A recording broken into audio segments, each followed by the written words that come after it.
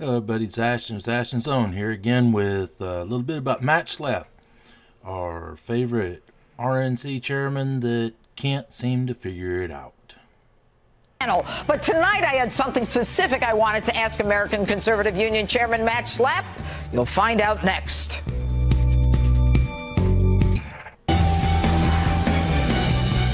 He pushed back and got feisty with a reporter who he has a very good rapport with on most days. So I want to walk a fine line because I spent years sitting in that briefing room. You don't get to tell other people what racism is. Yes, I do. No, you don't. Because you don't experience it. You don't know what this has nothing to do. You don't need to raise your voice because that's the kind of racism I'm talking about. You just raise your voice at someone who's simply disagreeing with you. You have interrupted me throughout this entire exchange, and rather than speaking respectfully and considerately, you raise your voice at me because you're uncomfortable. You're uncomfortable. You are uncomfortable at being spoken to by someone who doesn't agree with you and recognize that you don't know what you're talking about. That was C.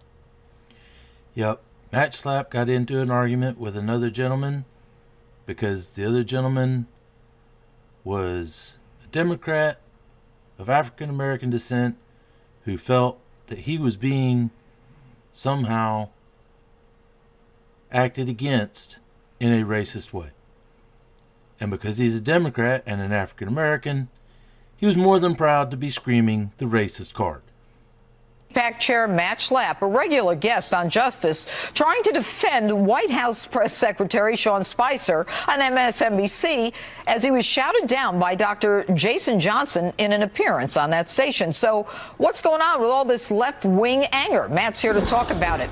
All right, Matt, you know, I've been noticing lately that whenever the left is trying to make a point or thinks they're caught, they keep talking over someone on the right. And this person saying to you, I mean, I can't believe it, saying you don't get to tell, you know, you don't know what racism is. Why wouldn't they say that to a Republican? One of the ladies that, or I think the lady that actually became one of the ladies that was running for the DNC chair, we all saw the videos here a couple weeks ago. She said it was her job as a white woman to tell everybody that wasn't of color to shut up and listen. Democrats believe this now. It's the whole priority scale. If you're black, you're at the top. If you're a black woman, you're really at the top because you both of those are disabled minorities. Gays are below that. Hispanics are below that. It's all about a priority scale. And be a white heterosexual male in America, you have no priority. You are the lowest scum of the earth. You don't get to tell what other people what race. What was that about? Yeah, it's okay for someone on the left like this person to say that Sean Spicer is exhibiting racism or that Steve Bannon is exhibiting racism or that Donald Trump is a racist. That's fine for them to say. And then when I try to defend those people who I know and who are my friends and who I know are not racist and I know their hearts, I'm told I'm not allowed to speak because I'm a white guy. It just gets so absurd. How are we going to have real discussions in this country if you can't talk because you come from a certain gender or race or class? It's absurd. Right. And what it appears to me to be is that you have no right to speak because you're right. You're white and you can't possibly know what this man knows. And therefore, you don't have the right to have a free speech. And I'm seeing this more and more, even more. She's seeing it more and more, but I cannot get over the fact that the mainstream, well, let's just say Fox News at this point. I don't watch a whole lot of the other mainstream media except to make fun of it when I notice it, or when I'm looking at it to find something to make fun of because, well, honestly, watch 1 hour and you will get something to make a video with. I just try to keep it to myself most cases, and I need to make more, and I will start making more. But in this case, they've lost the view of the Oppression Olympics and the whole level of being minimized. The Democrats have a ladder. Social justice warriors have a ladder, and where you fall on that ladder is your right to speak. And as I said before, if you're a white heterosexual male, shut the fuck up. We talk about Milo at Berkeley. If you're on the right, irrespective of the race issue, you don't have the right to speak. And we, the left liberals who have this, understanding of everyone and want to include everyone, want to shut down anyone who is on the right. It's crazy. It is crazy. And what Milo experienced at Berkeley and what all these conservatives who go to college campuses, basically riots sometimes occur because... Remember, he's... Right here, they're talking about Milo. They have the answers. Remember, they used Milo as their defense. People on campus seem to be so upset about the idea that someone would want to talk about free markets and the Constitution and your right to live your life as an individual. These are really radical ideas, Judge. And I think one thing that's happened in the last year is, we've all talked about what we all experienced being Trump supporters over the course of this election. And I think one thing happened with me is I'm not going to cower anymore on these issues. I used to avoid them because I felt like maybe I didn't. But it wasn't long ago that you did. Stick around at the end of the video, folks. I've got something for you. Have standing. Guess what? I'm not going to let them quiet me because they can't go out there and smear good people with these most horrible of terms and just terrible castigations. I'm not going to take it anymore. And what they're doing is they're silencing people on the right by ostracizing them, by saying that I'm hypersensitive, I can't possibly hear this, and that person is a racist or a thug or a Nazi or whatever it is, and therefore we must not allow him to speak. I mean, this is contrary to the Constitution, and it is their way of being a bully, and they want to call Donald Trump a bully? Look at that staunch face of his. He's standing up for the moral right. Well, just remember, I got something coming after this. Maybe he's got the right idea. Maybe you have to fight back and push back. Well, I think that's what he's taught us is that, I don't always think you have to fight hard on everything. But on these really central foundational questions about what's in our heart and what's our intention, conservatives have to do a much more aggressive job of pushing back. Don't let them quiet you. Don't let them chill you. If you're a college kid on campus, don't. And stand up for the truth. Not lies and things took out of context.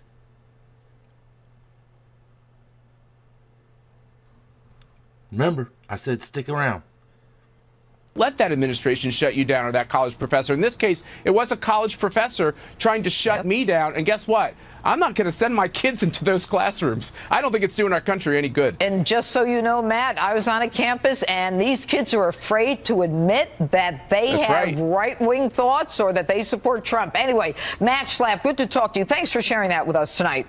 Thanks, Judge. We're continuing this conversation in a minute with author and columnist Mark Steyn. All right, that's the end of Matt Slapp's part of this. Now we're going to go to the other part of our upstanding Matt Shlapp. Oops, wrong one. Let's go to this one first. Milo Yiannopoulos, pedophilia comments cost him his role in book deal. His CPAC role in book deal. And this happened because Matt Shlapp decided he couldn't handle something. When that went into the realm of the criminal and almost giving some mainstreaming to criminal activity, and I just felt like that was a step too far. Because at that point, it's not really a political conversation of differences; it's more of a conversation about things that are just completely inappropriate, criminal, wrong. So that's why we made the decision. And do you believe that he is truly someone who supports pedophilia? No, I don't. No, I met with him, and he was very respectful and decent and asked if he could speak. I'm going to take him at his words that he apologized. So I'm going to take him at his words that he used for his verbiage. Inappropriate language, and I'm going to give him a chance to explain himself. I think it's going to take a little time, and it's up to him. I felt like it wasn't really my responsibility to do his PR because I don't know him that well. I don't know his heart that well. But I'm going to give him the benefit of the doubt, and I think we should do that to everyone. He's a human being, and he deserves decent treatment, even though what he said was really repugnant. And what was Matt Schlapp's answer?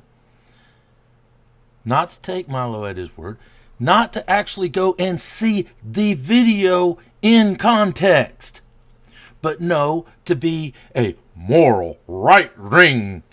I'm going to stand up for the morals. And guess what? They got cucked by a group that about 2 weeks later we find out was actually funded by, it was a severe right-wing group, funded by George Soros. When you track the freaking money backwards, it was George Soros. George Soros, who hates the right wing. So, Matt Shlapp, you're a cuck.